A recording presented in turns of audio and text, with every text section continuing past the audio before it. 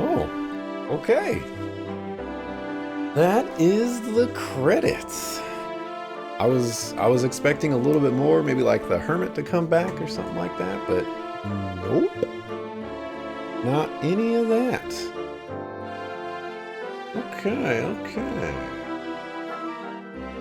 Let's see here. Let's take this one over here. All right, so Dragon Quest Builders 2 Conquered. Um, I poured a ton of game, well, a ton of game into this game. Also, a ton of time into this game. Even just today, 9.5 hours. Um, Even on previous days, I've poured upwards of, let's see, I want to say like 10 hours. Yeah, there was 10 hours, there was 13-hour streams, multiple 2+ hour streams on regular days. I have put so much time in this game, and it's been a lot of fun. Um, there's really not that much more to say about the gameplay itself. I think it was very enjoyable. They have a lot of really nice quality of life changes that normal games like this don't have. Turn down the music here. Like for example, being able to break 3x3 blocks and then 5x5 blocks. That's so amazing. And then you can choose between the two of them. So it's not, you have 3x3 and then that gets automatically upgraded. So that was cool in of itself. You can glide. You can change the elevation of where you're building things, so you don't like build on top if you don't want to. Just a ton of great things. Salambia, I know somebody with that name. Um, let's see. As far as the story goes, I don't really have too much interesting things to say about the story. Um, I mean, possibly in a nutshell, I might not have liked it. I mean, it was very blah.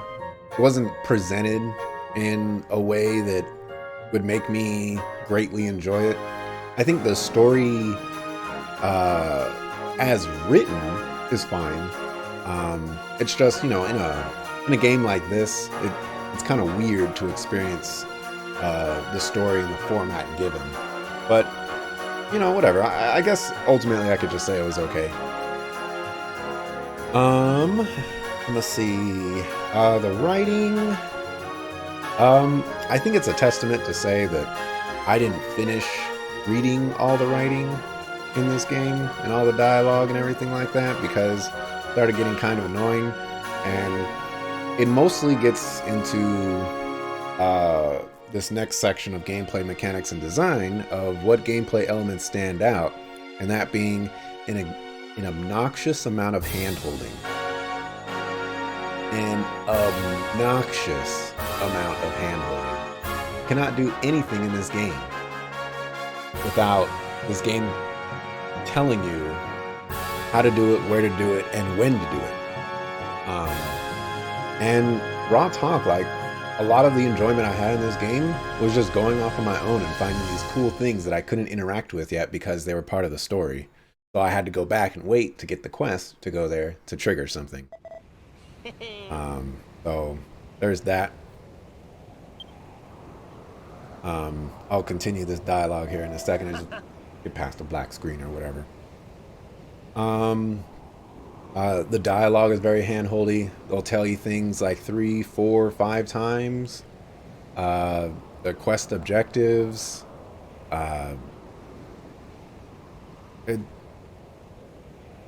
I guess basically what happens is it's doesn't leave you very much room for innovation in the story, and that's a point that I should try to remember to make in a bit.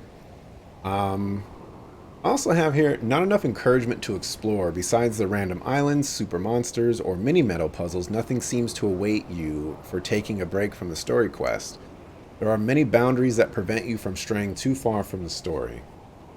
This might be an unfair criticism to have for this game because it does have super monsters, it does have mini metal quests or mini metal puzzles, and those in of itself are pretty cool. Um, and even then, on that last world that we went to, like the Oblivion place or the Void or whatever it's called, there was that pot that had a sword in it, the best sword that you could get at that point, or I guess in the game or something like that. And that was nice. That was one of the first exploration things that I could have possibly gotten. And it wasn't even that exploration-y. It was more just like, well, I mean, I guess it was.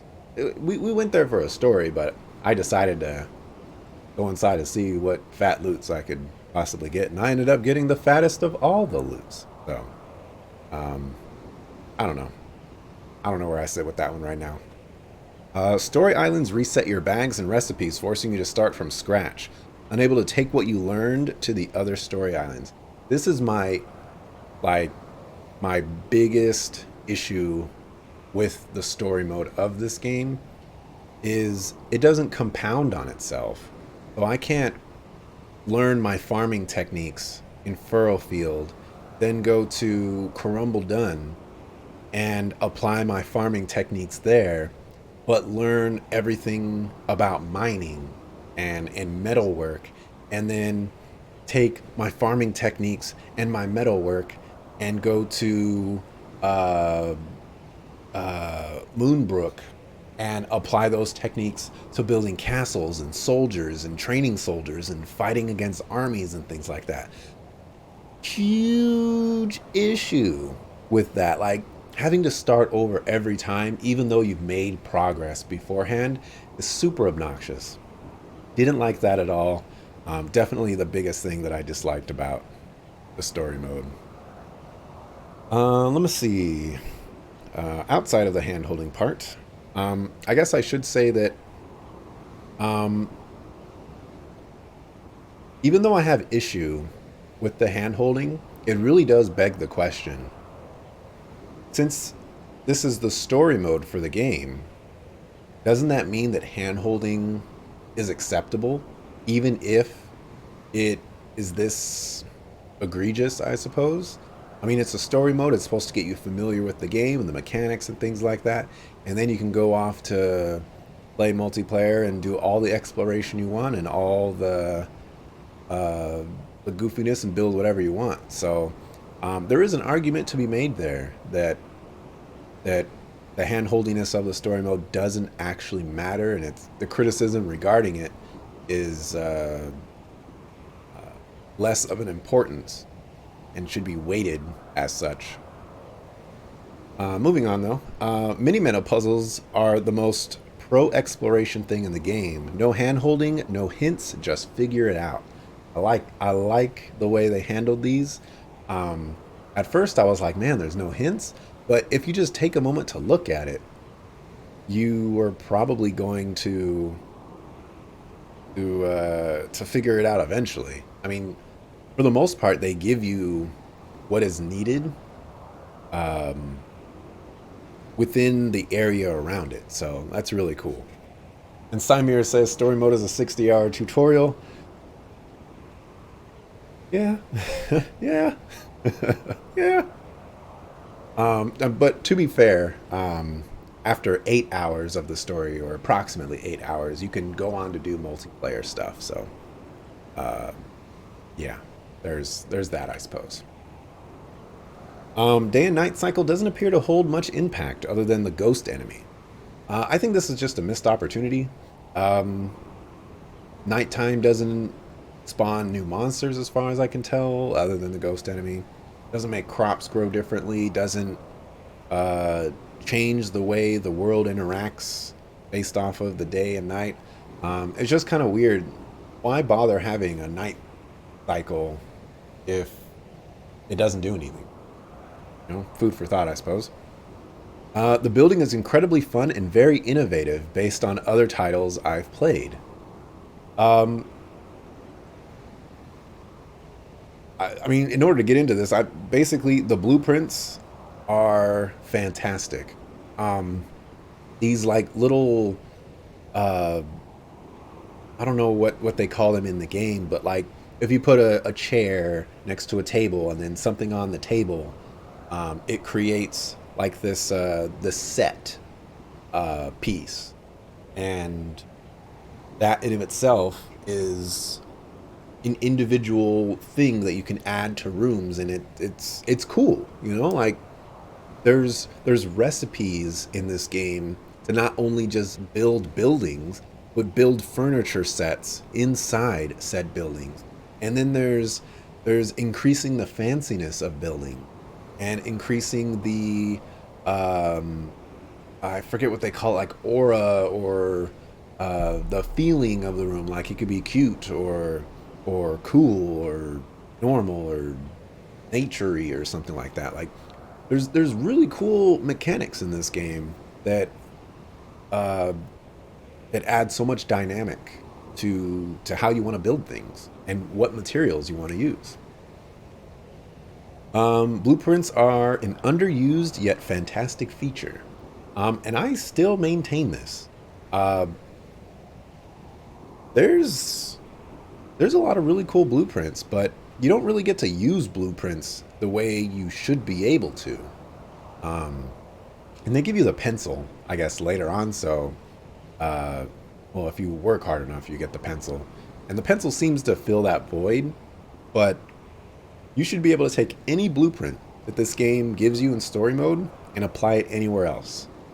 And they don't let you do that, and it sucks. Having villagers perform tasks is great. Whether they are farming, building, or fighting, it's cool to see them do things that isn't just walking around and taking up resources. I was a big fan of finding villagers and then seeing them do tasks. Like like in a game like Minecraft, for example, it's your job to mine all the crops, replant all the crops, water the crops, cook the food, uh, fight all the enemies. You know, it's such a refreshing uh, perspective or gameplay change to have NPCs that are useful. They don't just trade you things or just walk around or or sell things or drop things when you kill them, you know? Like they help out. They farm for you. They fight for you. They sell items, stuff like that. It's super cool. It's great. We need more games to build upon this type of gameplay. And great sense of build progression in Story Island. I actually really did like this particular feature, I guess. Even though I didn't like that they reset everything before, it was really good that, like in Furlfield, they start you off with a farm, and then they're like, hey, we need a house for this farm. And then we need this, then we need that. Like each progression makes sense, and each building starts to make more sense into how the town works. And they do that with every area, and it's really, really nice. Um, I also wanted to point out one of the other issues of uh, the NPCs in this game that I have that I've complained about several times, and I didn't actually find it out until like 12 hours ago or whatever. But NPCs, if they have something in their hand and they want to, and they're building something, but let's say they get hungry or something like that, they will run to a treasure chest with food. They'll put whatever's in their hand inside the treasure chest and then take out the food, eat it, and then go back to wherever they're building stuff, take stuff out of a chest that's near there, and start building things. What happens is you get all kinds of items scattered about the town, and they don't know where to find them. Um, they need pockets. They If they take something out of a chest, they interact with that, and they'll either put it put it back when they're done, or they'll consume it, and then they take the thing out of the pocket. They go back to doing what they're doing. Super obnoxious to find just random stuff and random chests all over the place. For combat, super simplistic and not very engaging. Um, I don't really know what else to say about the combat. It's not that great. Um, it really isn't. um, for dungeons, there's really no dungeons in this game, but I will say of the story islands, I liked Furrowfield a lot. It was the first place, so I was getting used to the place or used to the game and how its features ran. And I really liked Moonbrook a lot because of how they changed up how things are being done. Like I'm building a castle to protect myself against hordes of enemies that keep streaming in, and I'm building traps to delay them and deal damage to them and kill them faster. It was really cool. So I liked those two places. Let me see. No cardinal sins that are coming to mind. Music was Dragon Questy. Good, good. No voice acting whatsoever in this game. Visuals are pretty good. This is a Switch game, and I still maintain that a lot of these Switch games are looking better than I would have pictured a Switch game to look. So, pretty happy with that. Replay value, I'm going to say that there's negative 1% replay value for playing this story.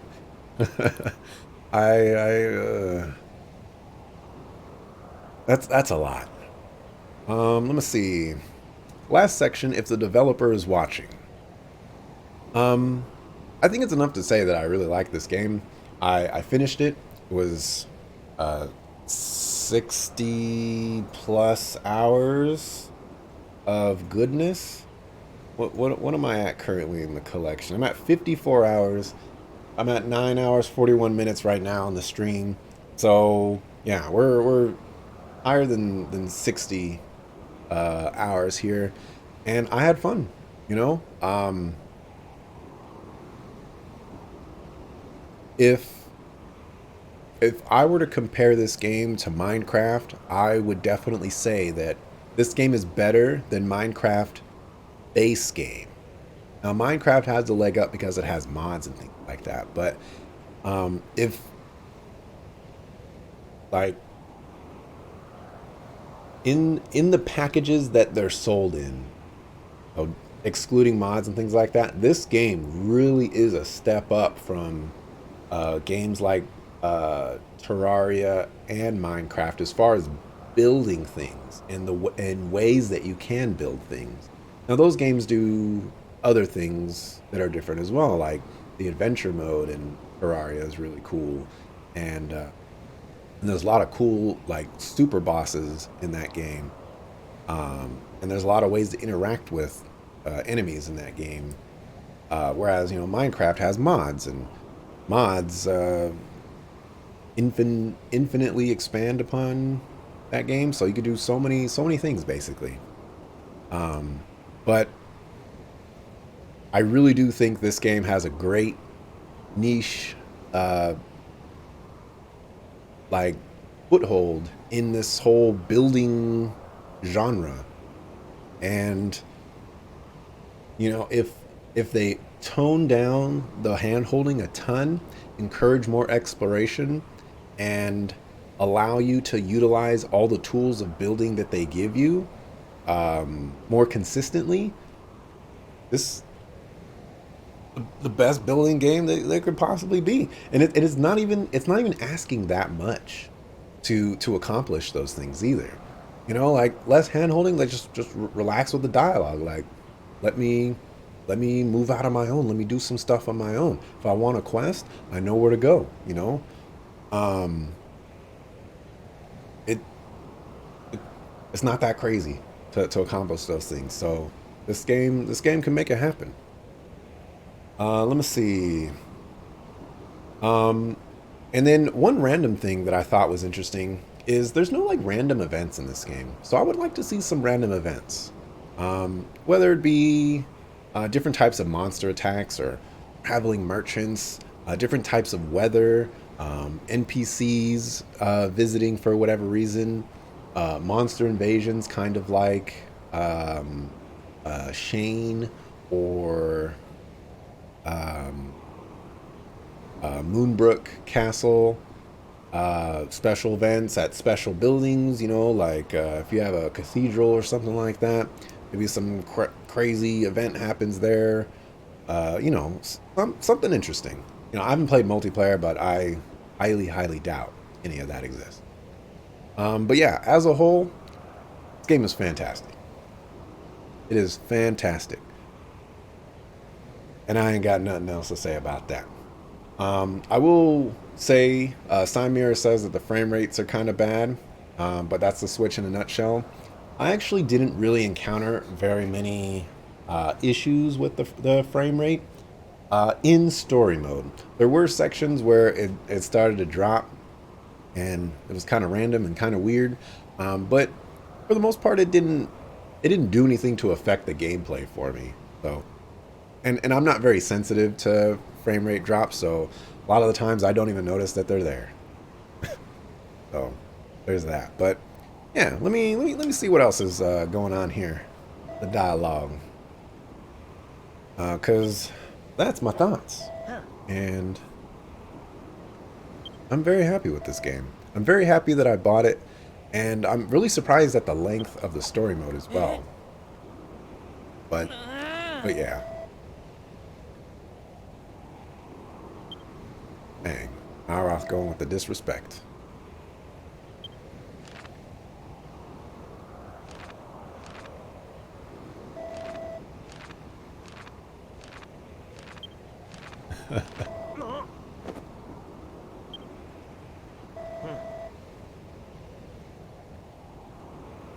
Wow. Wow.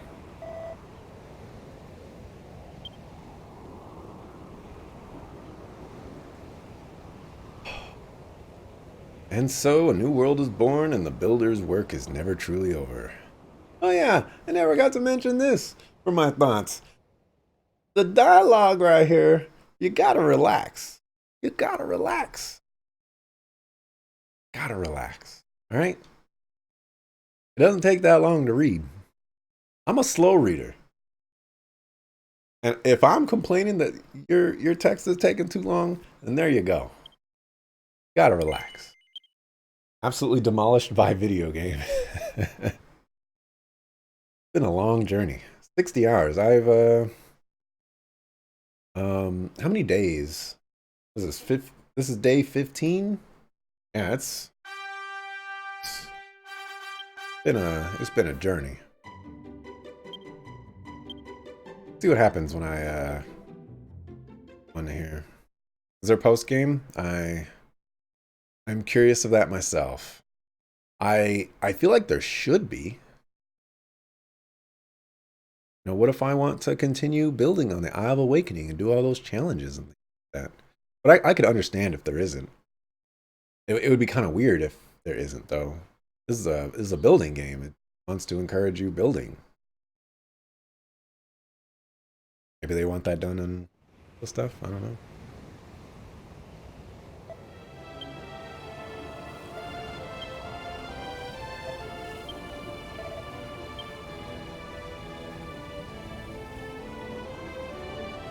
How was I asleep on my throne?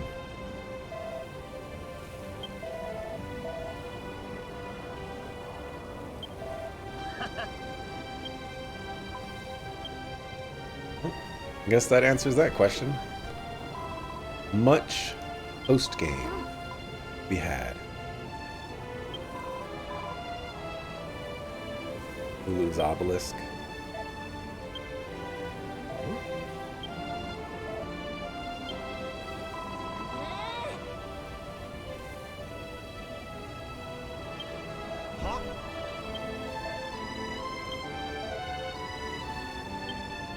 This is Hargon talking to them.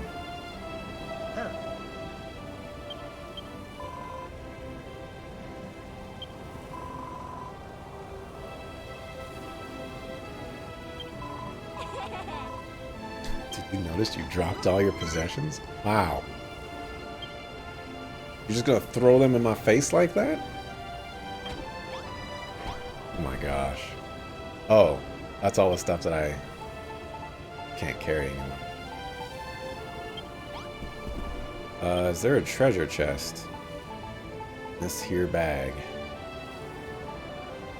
I should have a super treasure chest. Where's my super treasure chest?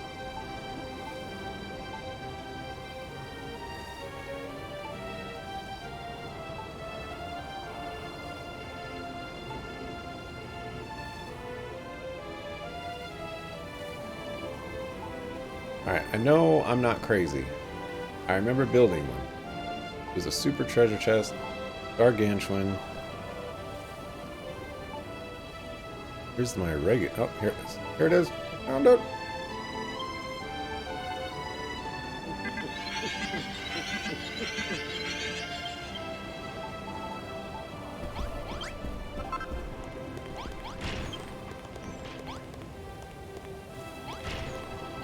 We're not going to put that in there.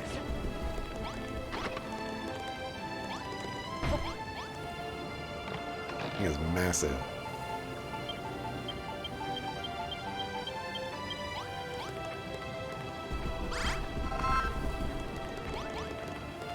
I'm gonna go find out what Hargon wants in a second here.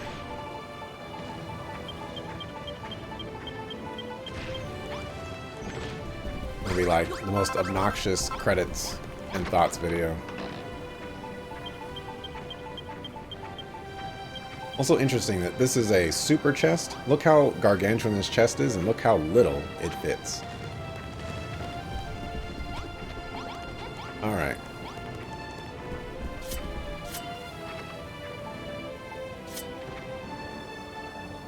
That must hurt. That's a lot of items. And she just threw it in my face. Maximum disrespect. You think the final area where you go to that monster dimension where you dropped your items would have made some sense? Yeah. Would have made a modicum of sense.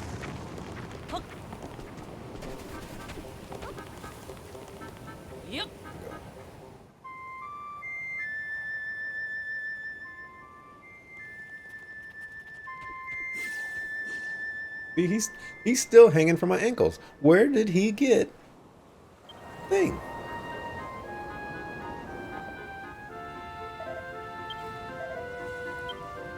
Oh no.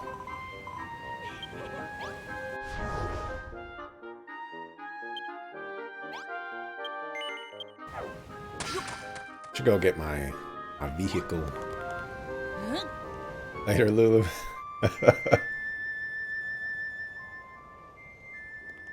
Down below.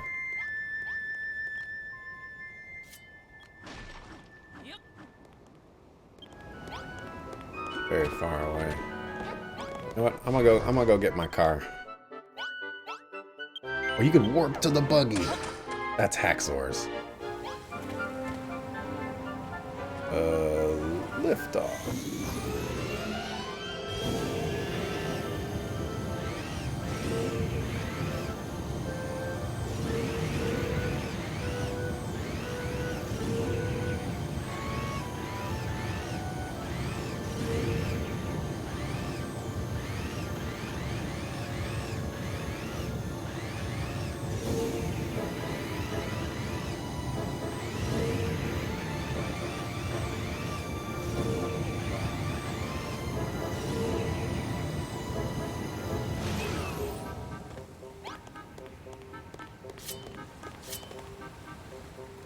Where you at, homie?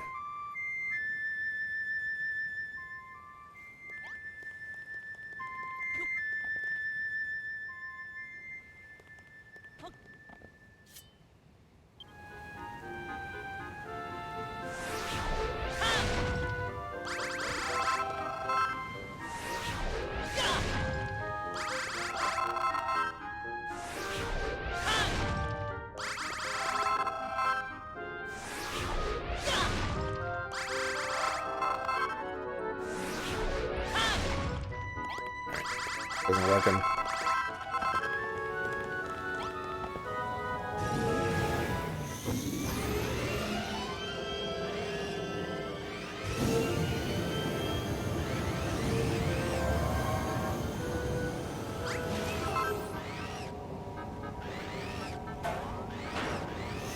Get out of the thing now.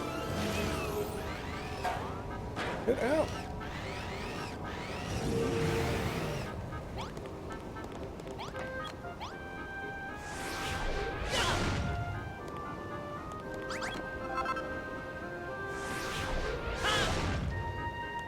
Not in here either. Where the suckerfoo is this guy?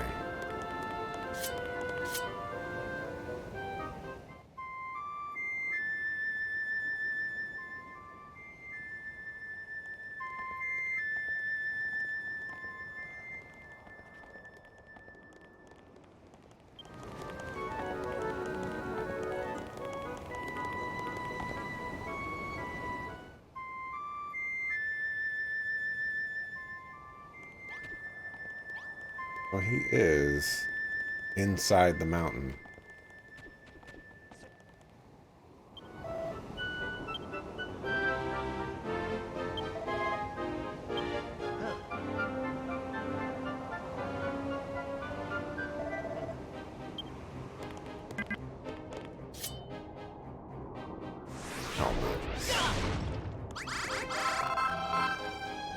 Like that, you darn temple. You'll never work in this town again. It deserves it.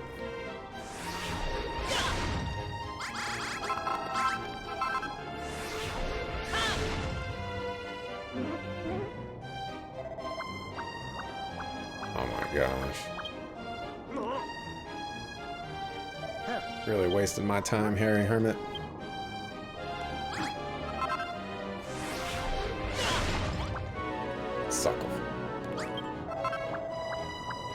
Here I thought I was gonna find somebody useful.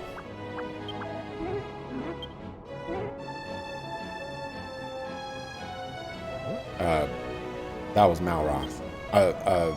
Argon, I mean.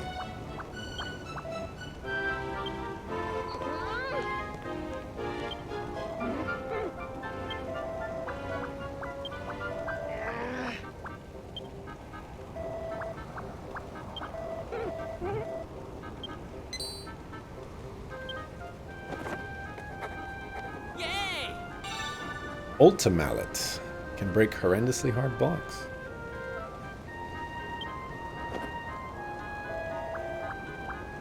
Thanks for giving us that at the end of the game, Punk.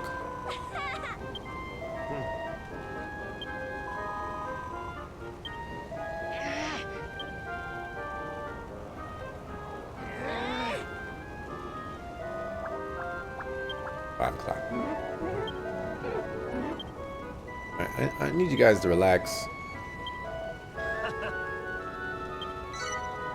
Oh, dang. Malroth left the party. Alright, the Builder's Tale may have come to an end, but the real building has barely even begun. You are now free to create whatever you desire and turn the Island of Awakening into your own paradise.